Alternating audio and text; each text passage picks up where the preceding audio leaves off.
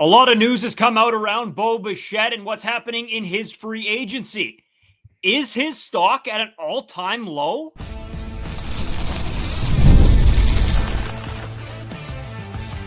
You are Locked On Blue Jays, your daily Toronto Blue Jays podcast. Part of the Locked On Podcast Network, your team every day. Welcome back to Locked On Blue Jays. We're part of the Locked On Podcast Network, now the #1 sports podcast network, your team every day. Today's episode brought to you by FanDuel. If you want to be right in the middle of the action this season, visit FanDuel.com and place your NFL live bets all season long. As always, I'm Brayden Iwasko. He's Carter First. You can find us on Twitter, Brayden5Iwasko. Carter First, too, as well on our main Twitter account at Locked On Jays. Hit the subscribe button if you haven't already here on YouTube. It means a ton. Lots to get into. I'm not going to take up any of your time chatting about nonsense today because we got to talk about Bo Bichette. Some massive news in regards to his free agency. We'll get into that right off the top. Dylan Cease and Scott Boras both had some words on why Dylan Cease chose to sign with the Blue Jays and why it was so important that he came here. We'll get into the Rule 5 draft and talk a little bit about David Popkins as well, as he has made the news recently. So we'll lot to get into, Carter. Let's just start it here. I'll paint everybody a picture on what is going on with Bo Bichette. A little bit surprising that Bo Bichette's name really hasn't been out there in terms of rumors and a bunch of other things swirling on the old Twitter. But there was some just yesterday. Bo Bichette took a Zoom call with the Boston Red Sox where everybody seemed to say it went well. Not a good sign for Blue Jays fans that really want Bo Bichette. But then everything sort of took a turn. After this all came out, according to MLB insider Julian Mack, the Red Sox are no longer in the mix for Blue Jays shortstop Bo Bichette unless, as Mack put it, his market changes drastically. So what in the world has happened in the time of them having a conversation and loving the idea of having Bo Bichette to never mind, we're done? Carter, I'll throw this to you and you tell me if I'm off base here at all. Is Bo Bichette asking for a ridiculous amount of money? It's either got to be the money, but I actually think it's probably the term is the bigger issue here. A lot of this really comes down to how other teams are evaluating Bo Bichette. Because if you were just looking at the business side of things, if you're looking at what helps the team the most, you are not putting Bo Bichette as a shortstop. He is one of the worst defensive shortstops in all of baseball. You would want to move him over to second base. And while Bo Bichette did move over to second base in the World Series, that is a lot different of stakes than, just a random season or, one game in the middle of May, in the middle of June, whatever it may be. World Series, everything is on the line. Again, these 162 games, every single game matters. We know that from previous seasons for the Toronto Blue Jays.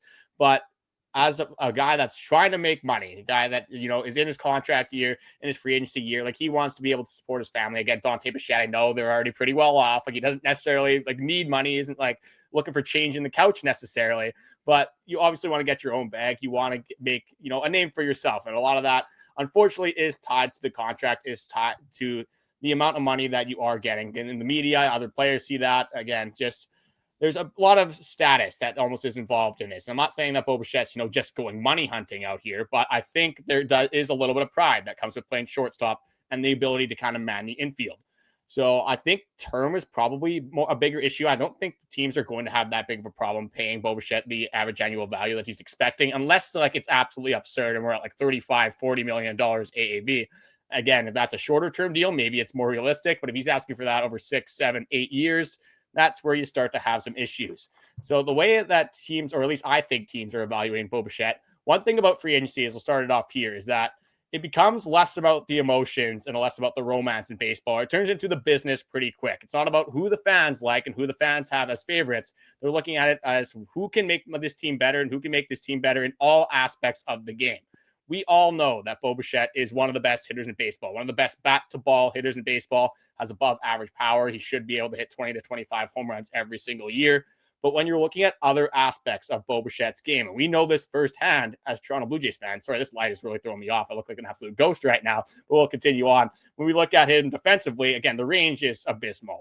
That's why you look at the defensive runs saved, you look at the outs above average, one of the worst amongst shortstops, and that translates to the base paths. Bo Bichette isn't stealing any bases, and that's not really what you're worried about. I'm not expecting Bo Bichette to snag 30 bases a year. But a lot of the time, again, part of this was hampered by the injury, so that has to go into things as well. But he's never been a speedster on the base path. So you're kind of losing that in the range in the outfield. And then he's also not really a threat to take extra bases. Obviously, if you hit it to the wall down the line, you're going to get a double. Most players are. If Alejandro Kirk can get a double down the line, I think Bo Bichette should be expected to get a double down the line as well. Look at the arm strength. Again, it's mediocre at best. So you're really paying for the bat here. And a lot of this, again, when you're looking at it from the big picture, yes, Bo Bichette is an unbelievable hitter, but is that enough to make his contract where he thinks it is compared to where MLB organizations are? And hopefully we see more of this as the offseason goes on, and maybe we'll get more reports that have more accurate descriptions of what the contract is, because we haven't really seen anything whatsoever. But this article makes me believe that Bo Bichette is at least starting out with this market. Again, he is one of the best free agents available. So, kind of starting the market very high and then seeing what his market is. From all the reports we've seen, and just the lack of reports is the bigger thing. You haven't really heard a lot about Bo Bichette this offseason. I think that does go to show that Bo Bichette might be overvaluing himself just a little bit in the eyes of other MLB franchises. Yeah, I don't disagree with you, and neither does Keegan Matheson. Keegan Matheson came out and said, I don't get any sense that the Bo Bichette market is surging. So there aren't teams right now willing to go and overpay for Bo Bichette. I want to make one thing very clear. I love Bichette, and I love the way that he plays the game. I love the bat to ball. I love the ability to hit the baseball, get on base and hit the baseball as much as Bo Bichette does. That is a massive upside for me. I absolutely adore this player, but it all depends on contract for me, because this isn't a guy for the Toronto Blue Jays when you have Andres Gimenez that you would be playing at shortstop. Bo Bichette would become your second baseman. Now, I think he sees that as a slap in the face. He sees himself as a everyday shortstop in the major leagues. To me, I don't really get it. I do get it from a status perspective. I don't get it from wanting to be on a winning team. You still get to play defense. You get your money, and you hit the crap out of the baseball. That's what I love. I go down his statistics, Carter, just in at-bats. In 2021, 191 hits. In 2022, 189 hits. In 2023, 175 hits. In 2025, 181 hits. I'm sort of leaving out the injury-plagued season because we all know how that season went. He had 102 RBIs, 93 RBIs, 73 RBIs, 94 RBIs. Batting average, 289, 290, 306, 311. And I'll go over his OPS. 828, 802, 814, 840. This is a guy that I would assume a lot of teams want, or this is Bo Bichette for a batter is the epitome of what you want on your team. A guy that can get on base. Yes, your entire team does not need to be compromised of, 940 home run hitters. That's just not going to happen. You need guys that can get on base, that can do it consistently, and can drive in runners. Bo Bichette is the guy that can drive in runners. Not only RBIs, but in specifically clutch hitting situations. And when I'm talking clutch hitting situations, I don't just mean with runners on scoring position, even though his statistics are very good in that too. But I'm talking about runners in scoring position in the 8th, 9th inning, when you're down a run, when you're down 2 runs, who do you want with a bat in their hands when this guy steps up to the dish? To me, it's Bo Bichette. As good as a season that Vladimir Guerrero Jr., good as a postseason as Vladimir Guerrero Jr. had, if we were talking in the regular season of which guy do I want with the bat in his hands with the game-tying run on second base, it's Bo Bichette. Maybe George Springer, because he was pretty electric too last year. But in the grand scheme of things, Bo Bichette. I understand why this market isn't surging, though, because his defense sucks. But if you're a team looking for a guy that can do the damage Bo Bichette can, I think you can wait this market out. This might not be a deal that happens until January. That this gets waited out. You see teams fall off the map because Bo's, not getting offered the money he wants, and a team is going to come in and sweep and offer him a little bit more than everybody else, and that's where he goes. To me, this is going to be an insane market, Carter. This is going to be a very fun, crazy ride of a watch that is Bo Bichette's free agency.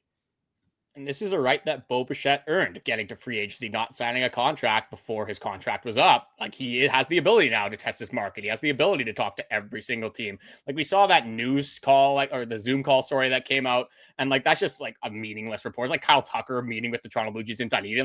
They're just going to do that. They're going to be talking to other teams. It doesn't necessarily mean anything. Yes, there's interest, and that's kind of what it signifies, but it doesn't mean, since he had a Zoom call with the Red Sox, whether how good or bad it went, you're probably not going to publicly say that it went bad, even if it did. So it's probably going to be always the other side. It's always going to be, this is the best thing ever. Bo Bichette's the greatest human being of all time, and vice versa. Again, if you want to use other teams as leverage, if you're the Blue Jays, for Bo Bichette, you want to use the Blue Jays as leverage against the Red Sox, the Red Sox as leverage against the Blue Jays, the Dodgers, whatever you may be. Bo Bichette is trying to get the bag here again, and I completely respect him for doing that. If you're in the same situation, I'm going to be trying to get as much money as possible and as much money as I think I'm valued. But as the offseason goes on, again, when there's more and more signings, Bo Bichette is in a nice situation where he is one of the big fish in the market. And you talked about his, again, offensively, I don't think there's too many questions here. We've watched Bo Bichette in a Toronto Blue Jays uniform for 6 full seasons at this point. And you brought up his ability to hit with the runners in scoring position. I'll just go over his weighted runs created plus. I'll go over OPS and then average throughout the years. In 2020, his average with runners in scoring position, 429, then a 340, 252 in 2022, then a 364, a 348, a 381. In total throughout his career is a 330 batting average. Weighted runs created plus in totality is 148. And this is with runners in scoring position. This is ideally when you want your guys to get hits. You brought up a good point again, late in the game. As good as Vladimir Guerrero Jr. is, maybe it is George Springer just in 2025 specifically, but if you're looking at it from a broader picture, it probably is Bo Bichette. Yeah. However, is Bo Bichette's ability to hit the baseball enough to make up for his lagging defense? And again, if you know anything about the Toronto Blue Jays, they love their defense. And it just would not make any sense whatsoever if you're looking at it from a logical standpoint on the Toronto Blue Jays to allow Bo Bichette to be shortstop when you saw how good Andres Gimenez looked at shortstop. When you look at what their strengths are, Andres Gimenez not very offensive, the offense isn't what his showcasing ability is. You're not signing Andres Gimenez for his offense, you're signing him for his defense, and vice versa. With Bo Bichette, you're not necessarily looking for the defense. Again, you want it to be at least ideally average. I'm not sure if we're going to get that, but you're really signing him for his bat. So is it worth, again, it's harder to speculate because we don't know how much exactly he's asking for and what the term is and all the finer details that go into contract negotiations. But if you're looking for the complete player, Bo Bichette, unfortunately, is just not that complete player. Offense is not the only thing a part of baseball. However, I will say it might be the thing that gets you paid. If you're looking at a defensive superstar, they're probably not going to get that $25 million AAV. They're not going to get that, 7-year contract necessarily. Whereas you saw Kyle Schwarber, who really just doesn't play defense at all, he got a massive contract. Pete Alonso just signed with the Baltimore Orioles. That might be an issue for the AL East, making it even better. But again, you're not really signing Pete Alonso for his defense. Well, he's okay defensively, but that's not really why you're going. He's going over there. He's going there for the home run power. He's going there for the hitting. That's why you signed Pete Alonso. So it's just, I'm really going to be interested to see on how this market continues to progress. I want to see if this, Julian Mack is actually for real. And he just all of a sudden, somehow knows exactly what the Red Sox organization is thinking. Maybe they are completely out on Bo Bichette. Again, you got to take a lot of these articles with a grain of salt, especially when it comes out, it's a Zoom call or it's, his friend said this or whatever, we've seen with Bo Bichette so often. So while Bo Bichette is, again, a very integral part of the Toronto Blue Jays' success and an integral part to any single offense he is going to sign with, if he's asking for, 250 plus million, for me with Bo Bichette, I'm about 225. I think that's probably higher than a lot of these organizations are really valuing Bo Bichette. But if he's asking for 8 years, 260 million, for me, even again, just as a Blue Jays fan, trying to take the emotion out of it as much as possible because Ross Atkins isn't operating under the emotions that Bo Bichette has been such an important part of his team's success and identity over these last 6 seasons. You really got to look at it from the broader picture and how much is Bo Bichette going to help your team win? It's definitely a lot, but is it as much as his market value is right now?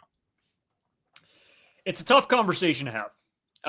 Because I don't know where the mark. Yeah, you can sit here and we can speculate all we want. We've done that all season about where we think a Bo Bichette contract is in terms of AAV, but we're not in these rooms. We don't know what the final conclusion is going to be.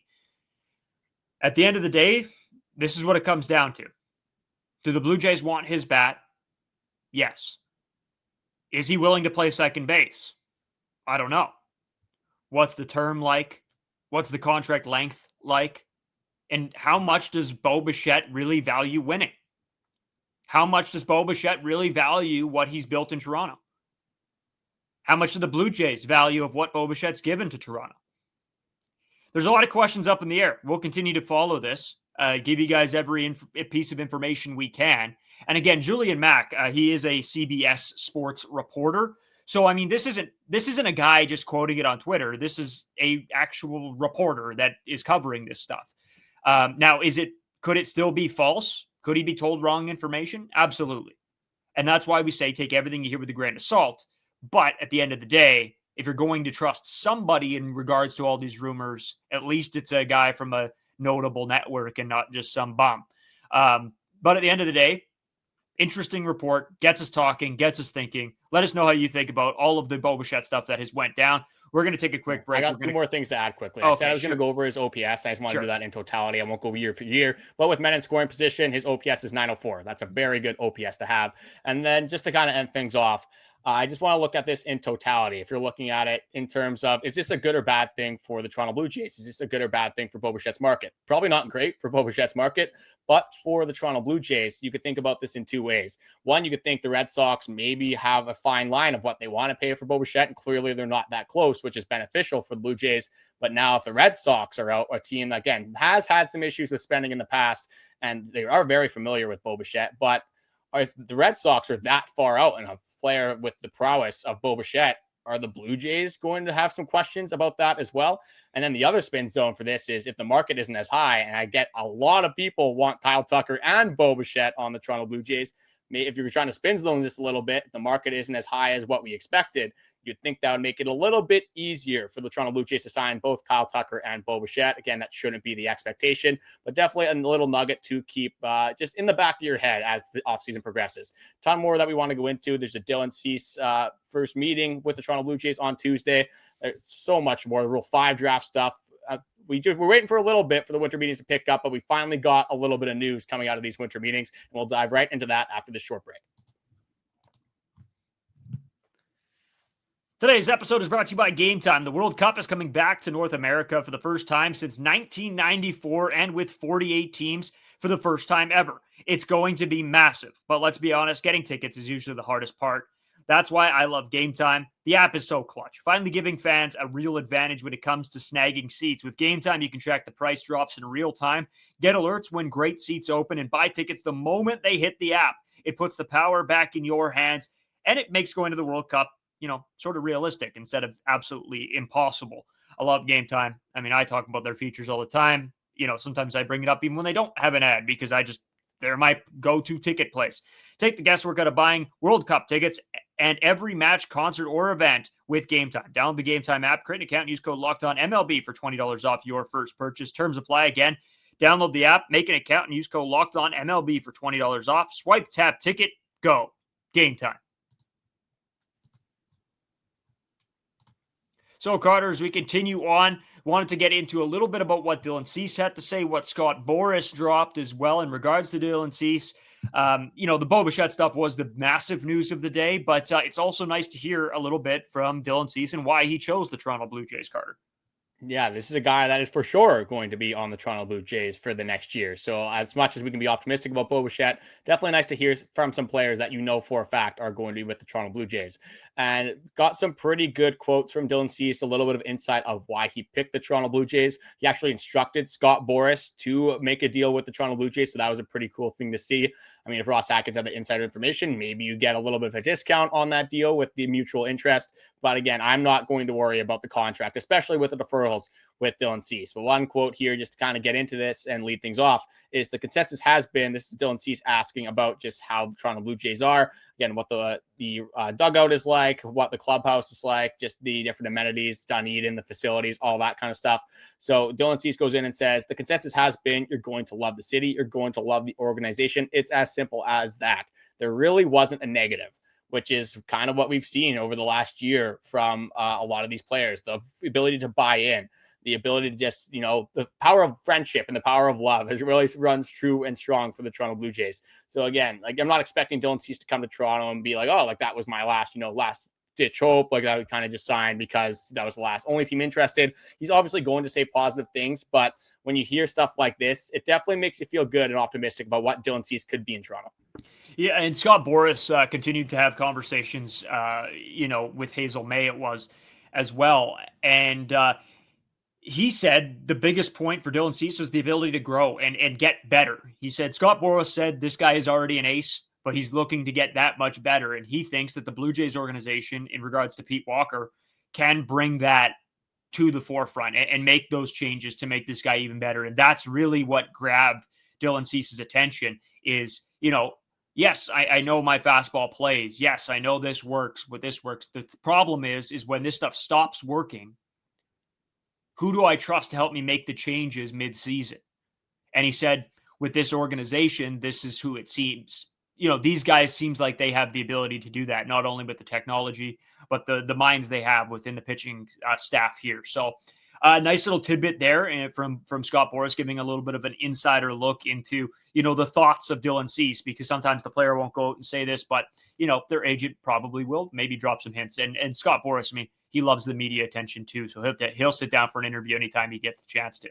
Yeah, Scott Boras is probably the most well-known agent out there, represents a ton of different players, is known to be an absolute stickler when it comes to contracts. So the 210 over 7 years, again, there is deferrals, obviously, it comes out to about $184 million over those 7 years. But that's a contract that you wouldn't expect to have necessarily the biggest team-friendly deal on when you have Scott Boras representing you. And another big thing, obviously, this is not just for Dylan Cease, this is for pretty much every single free agent out there. A big reason why players don't want to sign with like the Pittsburgh Pirates, who haven't really shown like the need or want to go out and spend in free agency. The Miami Marlins, different teams that don't necessarily have the best trajectory, especially compared to the Toronto Blue Jays. But another quote here, obviously with the run this year, they proved that they have championship caliber players. And you can just tell, again, it's every player. Dylan Cease wants to win. Didn't really have that with the Padres. Definitely did not have that with the Chicago White Sox. So hopefully the Toronto Blue Jays can kind of keep up the momentum from what they had in 2025. Again, it is baseball. We hope that they don't regress to a point where, they're fighting for a playoff spot. We hope they are kind of a shoe-in like they were this past year. But with the aggression from Ross Atkins, with the ability to kind of build this roster and how things have really transformed, not even just for the major league team, even the prospect system over the last few years has gotten exponentially better. Not necessarily a top 5 prospect system, but there are some pieces that you can be excited about. The winning culture is starting to be established in Toronto, and lots of free agents are starting to see that. Yeah, for sure. And you know what? It's super interesting when we talk about Toronto and their draw, their appeal. I didn't get a chance to ask you this, so I figured I'll do it now. What did you think of the polar bear contract, Pete Alonso, to the Orioles? I don't know. It was sort of a little bit shocking to me. It seemed like a little bit out of left field, but what were your takes? You got to think that Ryan Mountcastle probably doesn't have a spot on that team anymore. I'm surprised it's not a pitcher. Like, now you got to think that if you're going to add this much to your offense, like, you got to go out and get some sort of pitching. Like, this is a very good lineup now. Like Jordan Westberg, Gunnar Henderson, Adley Rutschman, who Alejandro Kirk is better than, just so you guys know. But Taylor Ward is in there. Now you have Pete Alonso. Again, like, it's a power hitter. Another power hitter in that lineup. Again, not signing for his defense, obviously. Not a very good defender whatsoever. But again, his first base, you can kind of get away with that a little bit more. We're lucky as Blue Jays fans to have Vladimir Guerrero Jr., who took, again, massive strides as a first baseman, has shown a little bit of inconsistency from year to year. So hopefully you can have that Gold Glove caliber defense once again. But it's never fun when a player like Pete Alonso is going to sign with the Baltimore Orioles, especially a team that, if you're looking at big signings, you'd think Yankees, you'd think Red Sox, you would think Blue Jays. And then the Rays, they kind of just exist, but they're always stingy, especially for us Toronto Blue Jays fans. It doesn't matter if they have 110 wins or they could have 22, and 10 of them would probably come against the Toronto Blue Jays. It's just kind of how our luck works with the Rays. So seeing the Baltimore Orioles spend just is really adding to the AL beast. But on that same notion, I mean, imagine just being not even a Yankees fan, just a New York fan right now. The Yankees have done absolutely nothing in free agency, which is absolutely hilarious. Very good to see as a Toronto Blue Jays fan. But looking at the New York Mets, I mean, tough couple days. Like, you signed Devin Williams. It came out that Edwin Diaz was not he was not let know, like he didn't become aware that they were actually in on Devin Williams and going to sign Devin Williams. And you would think with Williams, the caliber pitcher he is, he probably would fight for that closing role, even though Edwin Diaz, I mean, he should be a shoe-in on any single team. So obviously that doesn't leave a very good taste in your mouth if you're Edwin Diaz. So he goes to the Dodgers, Pete Alonso going to the Baltimore Orioles. Man, I can't imagine how Mets fans are feeling right now. Yeah, absolutely devastated. It's been my whole timeline lately is just watching Met fans explode. The Barstool guys in the office, I see were losing their minds, and rightfully so. If that was the Blue Jays getting poached like that, I wouldn't be too big of a fan of it. So we'll have to keep our eye on everything as all of this starts to come down, Carter. But as we continue on, we got a little Rule 5 update on who the Blue Jays have picked up, plus a hitting coach has won an award. We'll get into all that right after this break. Today's episode is brought to you by FanDuel. NFL Sundays move fast. One big play and suddenly everything feels different. That's what makes live betting with FanDuel so exciting. You're not just watching the game, you're reacting to it in real time. With FanDuel, you can now place bets as the action unfolds, every drive, every momentum swing, every highlight. The last 2 Sundays, I have planted my butt on the couch, placed some bets, and watched some football. Man, there's nothing better than being in your mid-20s, placing bets, watching football, eating pizza all Sunday afternoon. It really doesn't get any better. But this Sunday, me and Carter are currently moving.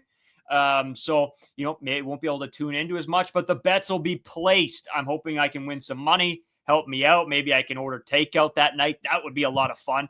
And that would be all thanks to FanDuel because I have been winning bets lately. So if you want to be right in the middle of the action this season, visit FanDuel.com and place your NFL live bets all season long. FanDuel, the game moves fast, and so can you.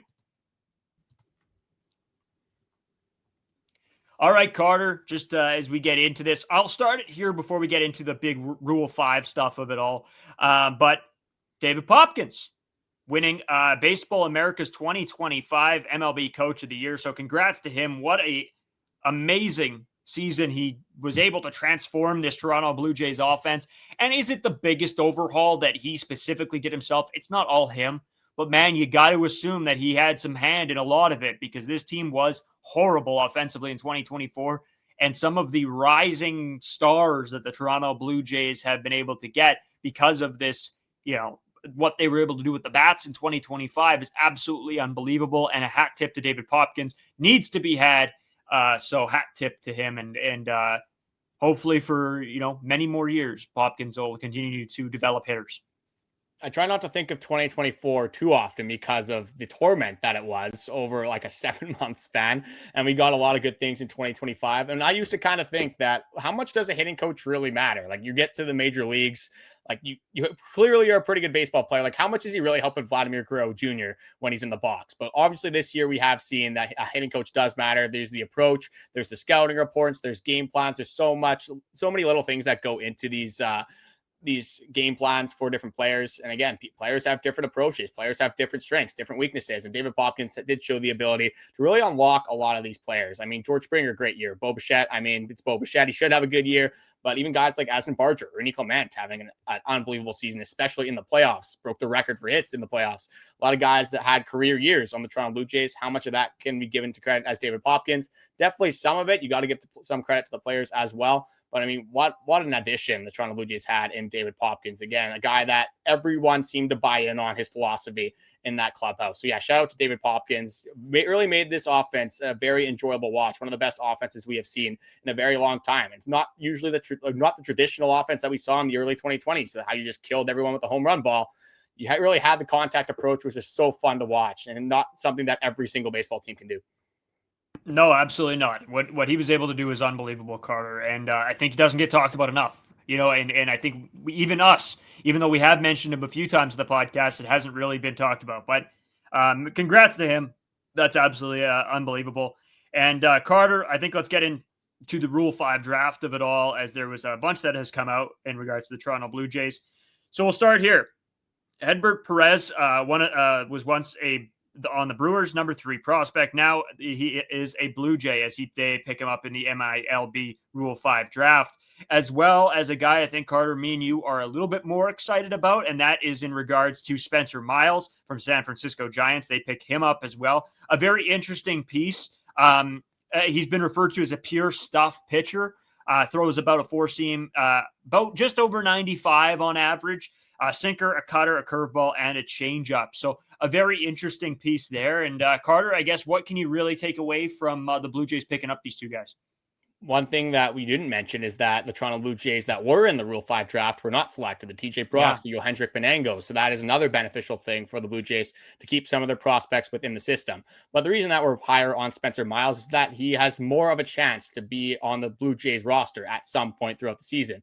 When we look at Hedbert Perez, probably will not be on the Toronto Blue Jays. Again, there's not a lot of room in that clubhouse. Like we're looking at the team right now, assuming that they have one more major free agent signing as a positional player, like there's really no way that he's going to fit in this Blue Jays roster. Does have some cool exit velocity stuff. Again, can hit the ball very hard. Again, sort of the same idea as Addison Barger. I'm not going to put him in that realm necessarily, but a 22-year-old that definitely has a lot of the ability to grow. Whereas Spencer Miles, a guy that has just been injured a ton recently. Angel Bastardo, another guy that might have an impact on the Toronto Blue Jays, who they picked up in the previous year's Rule 5 draft. They really love his sinker, his ability to command the zone. It's just one of those things. You got to stay healthy. Sort of the similar storyline to Ricky Tiedemann, but I think Ricky Tiedemann obviously has a little bit more upside because the Toronto Blue Jays added him to the 40-man roster, whereas Spencer Miles obviously was available in the Rule 5 draft. So it's always fun when you pick up these young guys that have, higher upsides, and that's what the Toronto Blue Jays should be doing. So you're trying to find diamonds in the rough, especially when it comes to this Rule 5 draft stuff. So the Blue Jays, we know, need a lot of bullpen help. Could be a candidate that helps the Toronto Blue Jays bullpen out at some point. So will be a storyline to follow. Maybe not one of the, the headliners necessarily, but at some point in this year, you might see Spencer Miles throw a pitch for the Toronto Blue Jays. Yeah, and that's sort of the whole point of this, right? Like why, it's not necessarily the headline grabber, but at some point we like to have different conversations in these guys. So, if it does come out and this guy does end up coming and playing for the Toronto Blue Jays at some point, everybody has a clue about what's going on with him. And they're not just like, oh, who in the world is Buddy over here? Well, there you go. Now you got an idea. It's been a very interesting week so far, and I'm hoping that we're going to get and hear more about all of this winter meeting stuff and sort of the fallout of it over the next few days. But we'll try to keep you guys as up to date as possible. And, obviously, if there's any big signings, we will be live for it as well. We're down to 3 episodes a week next week, Monday, Wednesday, Friday, so you can tune in still here. But like I said, if there's a big signing, we'll be live. We'll do a show as per usual. And that's for about a month and a half. And then we're back to 5 episodes a week when pitchers and catchers report. But, it's a little bit, I don't want to say it's a full off season for us, Carter, because it's still 3 episodes a week. It's not like we're just leaving. But it is a little bit of a break as sort of everything starts to wind down. But man, I don't think I could go a week without just not doing a podcast at this point. It would feel weird. I would have like an out-of-body experience at this point. Yeah, we wouldn't really know what to do with ourselves, but this is coming at a good time, usually after the winter meetings. Like that is the real dog days of the off season. So while we've been pretty lucky with, again, the run that they went on, we didn't have that long of an off season, then just a lot to talk about with the early signings. After the winter meetings, not saying that nothing is going to happen, but it's going to slow down even more, if you can believe that or not.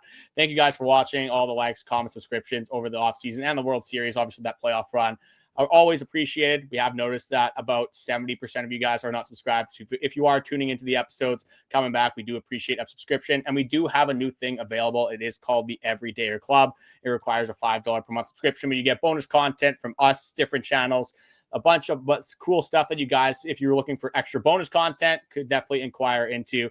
So thank you guys for watching, and we will be with you guys once again tomorrow.